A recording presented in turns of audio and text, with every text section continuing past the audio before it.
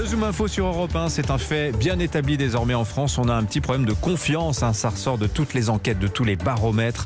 Les Français n'ont plus confiance dans les médias, dans les banques, dans les syndicats, mais surtout en les politiques. Je vous cite la dernière enquête Cevipof sur le sujet. Elle date de 2019, mais je pense pas que les tendances aient fondamentalement changé. 85% des personnes interrogées, donc il y a 2 ans, considéraient que les responsables politiques ne se préoccupent pas d'elles. 74%, donc 3 Français sur 4, que les politiques sont plutôt corrompus. 61% n'ont confiance ni en la gauche ni en la droite. Bonjour Arnaud Benedetti. Bonjour. Bienvenue sur Europe 1. Vous êtes professeur associé à l'Université Paris-Sorbonne, rédacteur en chef de la revue Politique et Parlementaire. Comment sont morts les politiques? C'est le titre de votre dernier livre aux éditions du Cerf. Ce livre, c'est l'histoire d'un dégoût, celui des Français, non pas pour la politique, mais pour ceux qui la font, les élus, les partis et les médias aussi qui les suivent. Dégoût qu'ils disputent à la colère et l'indifférence, dites-vous. Est-ce que l'on peut dater le point de basculement finalement? Y a-t-il eu une phase enchantée dans la relation des Français et des politiques? Je ne sais pas, de toute façon les politiques ont toujours été très critiqués, l'histoire politique le démontre, mais il y a une réalité qui s'est inscrite dans la profondeur depuis une trentaine d'années, c'est-à-dire qu'on voit, il y a quand même un indicateur qui est très important, c'est l'indicateur de la participation électorale. Ce qu'on constate depuis maintenant 3 décennies, c'est une baisse progressive de la participation électorale, pratiquement toute élection confondue, avec une petite exception sur l'élection présidentielle qui constitue encore le moment moteur de la vie politique française. Et finalement, cette baisse de la participation, elle signifie que une grande partie de l'opinion publique aujourd'hui considère que le politique est d'une certaine manière impuissant, c'est-à-dire impuissant à répondre aux problèmes qui sont ceux des Françaises et des Français. Donc cela se traduit par une désertion des bureaux de vote, et cela se traduit en effet par ces traits d'image que vous venez de citer, où on voit que le politique est aux yeux d'une grande partie de l'opinion publique comme déclassé.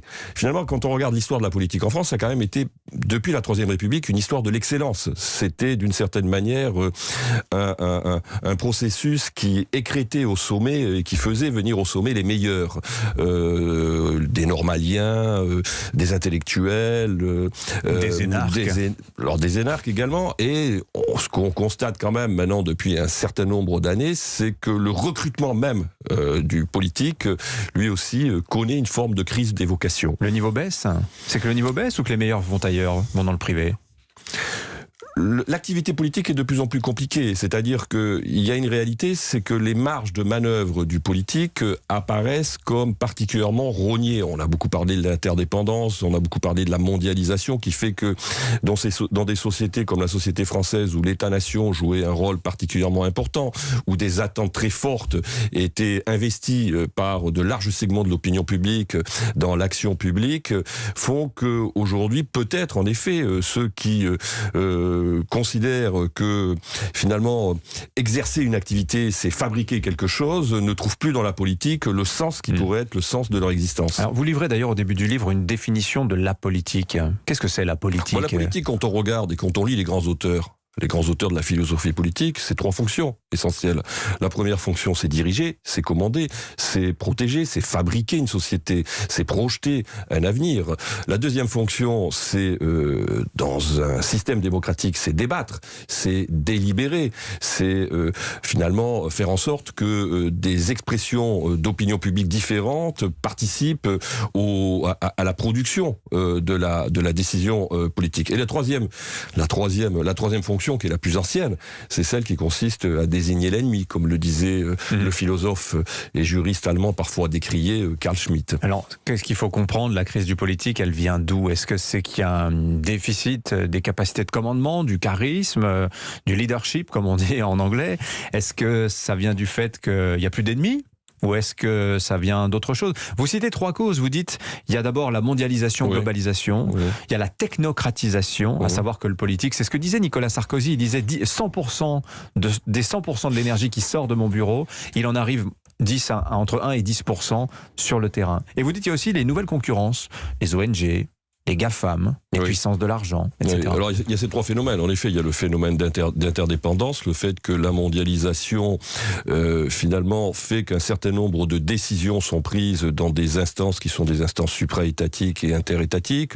C'est le cas de l'Union européenne, c'est le cas de l'OMC, donc une espèce de déperdition du pouvoir politique national. Le deuxième élément, c'est qu'on a de nouvelles formes d'organisation qui viennent en effet concurrencer les organisations politiques classiques. C'est notamment le cas des GAFAM, qui sont à la fois des puissances technologiques, culturelles, politiques, qui viennent très souvent contester d'une certaine manière même les attributs régaliens des États. Et le troisième élément, c'est en effet ce processus de technocratisation. C'est-à-dire que, en fait, un certain nombre d'enjeux ne sont plus politiques, mais ils sont uniquement techniques. Et d'ailleurs, ils sortent du champ de la délibération politique, puisqu'on considère que finalement, on a pu en discuter, bien au contraire, et qu'ils doivent être gérés par un certain nombre de technocrates qui... La vaccination, par exemple, est-ce que ça entre dans ce cas-là ? Mais la monnaie, par exemple. La question de la monnaie est très intéressante. La question de la monnaie, il y a 30 ans, finalement, on décide d'une certaine manière de sortir ce qui constitue un attribut régalien fondamental de la politique. Battre monnaie, les rois battaient monnaie, l'État battait monnaie, et de le confier à une instance indépendante, la Banque Centrale Européenne. Donc vous avez ce phénomène, finalement, de technocratisation de la vie publique qui fait aussi qu'un certain nombre de nos concitoyens considèrent qu'aujourd'hui la politique se fait ailleurs et elle ne se fait plus dans l'instance démocratique. Alors avec un phénomène très français, à mon avis, qui est lié à un événement politique, qui est un événement politique à mon sens tout à fait majeur, c'est le référendum de 2005. Le référendum de 2005 où une majorité de nos concitoyens vont se prononcer contre le projet de traité constitutionnel européen, qui réapparaît sous une forme un peu amodiée en 2008 avec le traité de Lisbonne, ce qui va instiller l'idée que finalement le fait d'aller voter ne sert à rien puisque la parole que vous avez exprimée n'est pas prise en compte par les élites politiques. Et ça c'est grave parce que sur cette affaire du référendum, il y a le sentiment en plus d'une traîtrise, à savoir que c'est le responsable politique lui-même qui décide de ne pas tenir compte de la volonté populaire. Ah oui, à mon avis, c'est une rupture absolument essentielle qui explique aussi la démonétisation et la dévalorisation de l'acte de voter. Alors ça ne veut pas dire sur le fond que l'opinion publique, que les Françaises et les Français soient hostiles à l'activité politique en tant que telle. Il y a un besoin de politique qui se manifeste. On l'a vu avec la crise des Gilets jaunes. La crise des Gilets jaunes était très intéressante de ce point de vue-là à analyser parce que elle montrait que vous aviez un certain nombre de catégories, notamment les catégories populaires, qui venaient d'une certaine manière sommer le politique de produire à nouveau des décisions en termes de pouvoir d'achat, des décisions en termes de maintien des services publics dans les zones dites périphériques. Donc il y a un besoin de politique qui s'exprime, mais ce besoin de politique aujourd'hui ne rencontre pas l'offre des grandes formations politiques. On va parler justement de cette recomposition politique française, du retour aussi dans le débat public, à droite comme à gauche d'ailleurs, du thème de la souveraineté, comme un retour du refoulé d'une certaine manière. Arnaud Benedetti, rédacteur en chef de la revue Politique et Parlementaire, est avec nous pour son livre « Comment sont morts les politiques ». À tout de suite. Europe 1.